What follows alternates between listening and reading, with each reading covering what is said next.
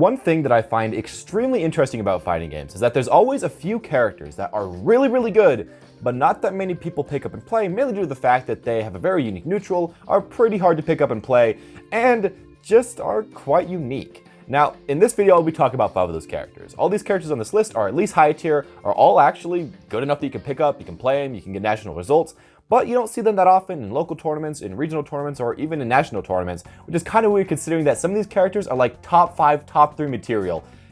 It's weird. It's very weird in Ultimate. This didn't really apply way too much in previous games. With that in mind, I'd also really appreciate if you guys would, just before we get started, hit the subscribe button if you think you'd enjoy this video. Only about 10% of you guys are subscribed, and really my main goal right now for summer is just to try to get to 50k subs, because I think that would be really fun, and YouTube's paying pretty much nothing right now, so that's really, I guess, my only motivation to keep going. So I'd really appreciate the support. With that in mind though, guys, let's get going.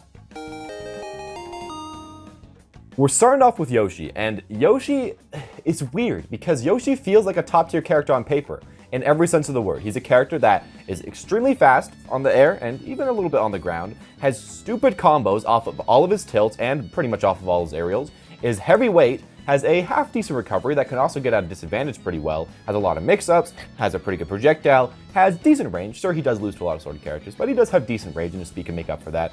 And all that should just add up to a great top tier, but he just can't seem to get the results he deserves. Everyone seems to think this character is really good. Everyone seems to think that there's potential in Yoshi, but just something isn't exactly happening. I'm gonna say Yoshi is good. I mean, he is really, really good. But I think the main thing that holds Yoshi back is the fact that there are characters that are somewhat similar to him, but just a lot easier and a lot harder to mess up. Mainly I'm going to say Mario and Wario. Now Mario in particular is just quite a bit easier than Yoshi. I mean, a lot of his combos are just easier to pull off. He's not quite as exploitable as Yoshi, and he does have a similar-ish kind of playstyle, so a lot of people that want a really combo-focused character will go on that instead. And similar to Wario, but just even a higher tier character. Of course, they are all very unique, but most people that want to play a Mario-type character will probably go for one of those instead of Yoshi. They do kind of a similar job, but bring slightly better results. I'm going to say, though, that even though this is the case, Yoshi mains believe in their character, and I also believe in this character. He has some dank stuff. He has double jump down B, he has his frickin' neutral air to shield, he has his landing neutral air, he has his busted side B, just kidding. But he has a lot of really good stuff, even pretty good throw combos. And even though he doesn't have godlike results, a lot of the Yoshi mains see potential, and I think eventually one of them is going to do really, really well. There's some nationally, they are doing fine, and on paper, this character looks kind of busted, but I think one day, one of them's going to pull out this character, one of them's going to pop off, and personally, I think he's really, really good. Okay, so let's be honest. Greninja mains, they have Snick 100 because nobody knows anything about this character. If you don't have a local Greninja main, you have probably not even seen Greninja like ever and never heard about Greninja because they just kind of keep to themselves. They just kind of enjoy their character and play him and don't show up way too much on people's radars. But don't get them wrong. Greninja is nutty. Greninja is also super good, and Greninja is actually a really fun character, at least in my own opinion. Now, while he does, of course, have his weaknesses of a really bad out of shield game, a really bad grab, everything else this guy has is actually quite good. Now, first off, of course, his grand game, it's so dumb. He has down tilt / dash attack. You can spam those in neutral. They're very safe. They lead into up smash or into dash attack, mainly being dash attack into forward air or dash or down tilt into up smash, and a lot of other stuff in between. He has upper drag down, which lead into down smash or into jab blocks. He has shuriken spam, great mobility, a really low dash, and also pretty dang good edge guarding. And I think just overall, he adds up to a quite strong character. Now, the thing about Greninja is that he's really good, but he's also pretty difficult. Now, not as hard as in Smash 4 when you had to learn like all these tool combos, otherwise he was terrible. So that's really lucky. But he does have a lot of close to frame perfect things to learn, and the buffer system really works against Greninja, especially with stuff like, dash attack into full hop forward air. It just doesn't really work that well. And along with that, and of course his unique neutral, just makes less and less people play him. But while he isn't easy to pick up, and while he is very unique, and you can't just like go in there and start mashing buttons like you could with Lucina, once you learn his playstyle, it just kind of clicks. It just kind of feels like you're doing the right thing at the right time. And overall, if you want someone that feels sly, if you want someone that feels very, very rewarding, Greninja's that guy for you. You know what? Chrom was so hyped for the first month of Ultimate. Like, you had Chrom, and you had Wolf, and you had Inkling, and that was the trifecta. If you went pick one of those 3 characters, you were not going anywhere in Ultimate. And then time passed on, and Chrom kind of like fell a ton. Like, he fell to like the bottom of high tier, maybe even lower than that. People were just like, you know what? You can edge guard him. He's bad. That was people's logic. It was so dumb. But slowly as time gone on, and as the hype has kind of, gone normally, we've realized that Chrom is still a great character. While he does have not the best recovery, it's not the worst. Like, he can just jump air dodge half the time anyways, which is fine. He has really good airspeed, which is fine. And the rest of him is so good. And finally he's starting to show up a bit, but really, I think he's still one of the most just underutilized characters, because now, after all this time, Roy has just kind of taken over his hype. And while Roy may be better, that doesn't mean that Chrom suddenly sucks. I think a lot of people that still enjoy Chrom just feel like they can't play him because Roy's just better. So why would you ever pick Chrom? Roy's side B is better. Roy has a few more combos.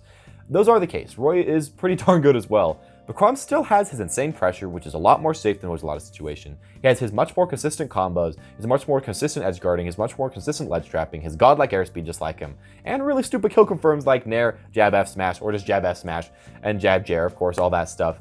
He has a ton of stuff going for him. But I feel like no matter what, he just either gets overhyped, underhyped, overshadowed. There's always something going bad for Chrom. If you're one of those mains that play him though, hats off to you. That character is legit, and he's also super fun to watch, and in my opinion, probably one of the most fun characters to play.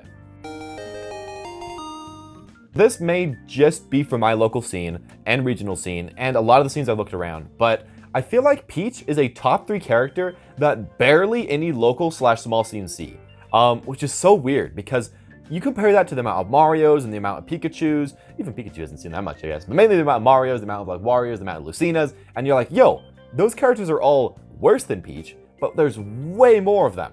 And it's weird when you think about it like that, right? When you think about like Bayonetta and Smash 4, there's a ton of them. Cloud, there's a ton of them. But Peach, like a top 3 character, there's not that many. And I think the main reason is that she is extremely hard, quite unforgiving, and terrible to practice with online, which is the way that most people that aren't at a national level have to play the character. Yeah, I think those are the main things.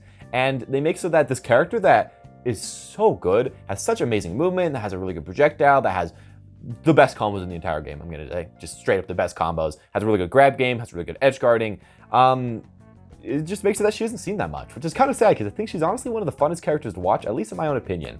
Now, her float cancel does of course carry her super far, but it only really carries skilled players who can actually use it effectively and who can actually use it multiple times in a row. It's not like you can just like spam out arrows really fast with Lucina. You actually have to be able to do the cancel, know when to do the cancel, know how to space the cancel, how far up you're gonna jump. It's pretty hard to pick up and play. And I feel like that means that in general, barely anyone's gonna stick with Peach for the long run.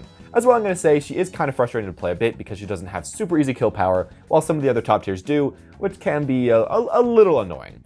I feel like it's just weird because she is the top of top tier. And you think most people would be trying her out, but they just don't. And I think the main reason is because she's really not a fun character to play for your first week, or even your first month. You try her out one game and you realize, I don't know how to do any of her float stuff. I just can't throw out aerials. Her tilts are also really awkward and really kind of hard to use. I don't know what to do. So you decide to move on to someone a little easier like Wolf, who you could just play instead. That's, I think, what most people do. But the people that stick to Peach, that get all the result in the end, that have those combos. I can't get enough of those combos. That have all of that together and that shield pressure that just no other character can supply. In the end, I think they're getting the most out of this character and just getting some of the most out of the game. But it does take a lot of just yourself to give up in order to reach that potential with this character, which I think is pretty healthy for a top tier. Why does no one play Shulk? I'm gonna say right here, Shulk is not a hard character, at least in mid-level play. Now, of course, if you're trying to play Shulk at the top level and people are just, out pressuring you a lot and really the only way to, beat that out is to just use all of his tech. Of course, he's gonna be a pretty hard character, and I'm not saying those players are bad or anything.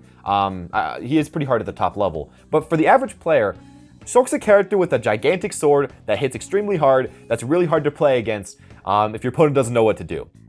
And even with just his basic game plan of throwing out big sword boys, you could beat a lot of players.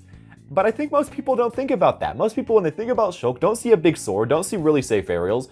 They see somebody that has to learn a lot of tech, because that's what he was in Smash 4. And I think that if Shulk was released in Ultimate instead of Smash 4, he'd have a lot more players, because everyone's kind of scared from Shulk. They're scared from the fact that he has this wave dash stuff, and you have to be able to cancel through your Monado arts, and you have to be able to, stop your landing lag with some of this stuff. While you can do that, while you can mess that up if you don't learn it properly, in a lot of cases, you can play like vanilla Shulk and do fine. I think vanilla Shulk is honestly a high tier by himself, which is pretty hilarious. Now, I think in that sense though, it does make sense why a lot of people would rather pick up Lucina instead of Shulk, because if you are playing without the arts, yeah, she will supply a little bit better utility overall.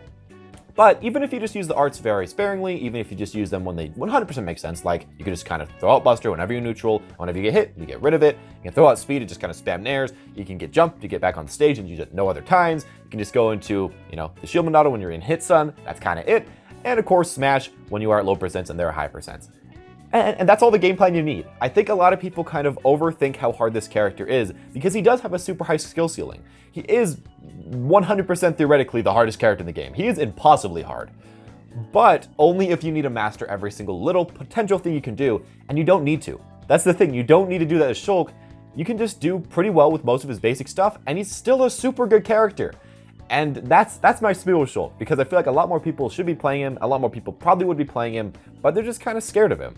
And the thing is, he's a super fun character. In my opinion, one of the funnest in the game, one of the jankiest in the game, and maybe even top 5, if you can learn a lot of his tech.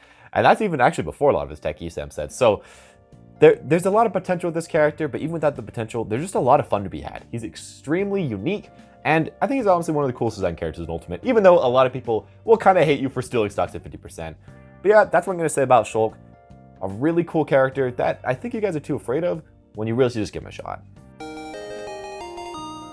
With that in mind, those are going to be the 5 best characters that it seems like everyone ignores in Smash Ultimate, mainly because they're either too hard, haven't seen the results that we need to, or just that people have the conception that it's going to be impossible to pick up this character, so why even bother starting? So with that in mind, I hope you guys enjoyed the video. I thought this was pretty fun to make because there's actually a lot of characters that are like so good, but just people aren't playing them. And if I could like push you to play in Shulk or push you to play in Peach, some of the characters I personally enjoy watching the most, well, I think that's personally a W in my book. With that said though, guys, of course, my experience will be different from everyone else's. Maybe your local scene has 20 Shulks and 50 Peaches.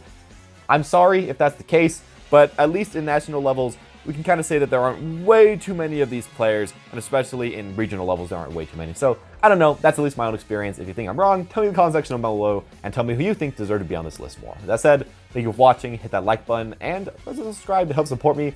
50K hype train, comment that down below, 50K hype train. And as always, guys, thank you all for watching, and have a smashing day.